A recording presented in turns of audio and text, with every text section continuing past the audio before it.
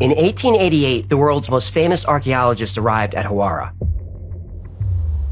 Sir William Matthew Flinders Petrie was more than an academic. He was an explorer. He lived in rock tombs, he fought off bandits, and invented the methods archaeologists still use. He came to Hawara to find the tomb of Amenemhat III. What he found was a death trap. The pyramid was designed to kill anyone who entered it. Petrie spent months digging into the rock, trying to find an entrance, but every tunnel was a dead end. He realized the pyramid wasn't solid stone. It was mud brick held together by loose sand, and it was unstable. As he dug, the tunnel kept collapsing. Sand poured in like water. At one point, he was crawling through a narrow passage. Suddenly, his shoulders jammed against the stone. He tried to move. He was stuck. Nope. I'm having a panic attack just listening to this.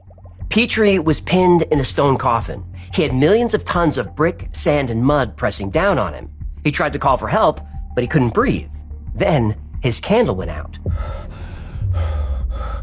But this was Flinders Petrie. He didn't panic, he just waited.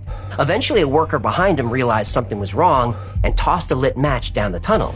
That brief flash gave Petrie the orientation he needed to twist free. But he didn't quit. He lit another candle and went back in. He tried the north side first, but found nothing. So he took a chance and tunneled south. And after just a few feet, he found an entrance. And not just a hole, he found a door with steps leading down under the pyramid. But now he had a new problem. Hawara sits on a canal just off the Nile. Centuries of irrigation raised the water table. The steps disappeared under salty, filthy water. Petrie went in anyway. He crawled through the slime, darkness, and swarms of rats.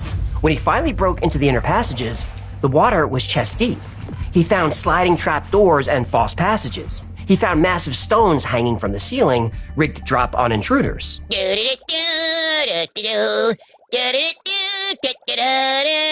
Please don't. You're ruining the tension. Petrie disarmed the traps one by one. When he finally reached the central chamber, it was carved from a single block of yellow quartzite. The roof was made of 3 slabs of white quartzite, each weighing 45 tons. It was an architectural masterpiece, and it was empty. Tomb robbers got there first. Feeling defeated, Petrie studied the field of rubble next to the pyramid. He found the remains of an enormous building that covered 70 acres. Petrie realized what he discovered. The location matched ancient maps. The dimensions matched ancient descriptions. He was standing on the foundation of the lost labyrinth of Hawara. He was sure of it. But there was not much there, so Petrie packed up and went back to England. It was a tremendous discovery, but he was disappointed that the labyrinth was gone. But Petrie forgot one thing. The labyrinth went down multiple levels. He thought he discovered the foundation. It was actually the roof. The labyrinth wasn't destroyed. It was right under his feet, and it's still there.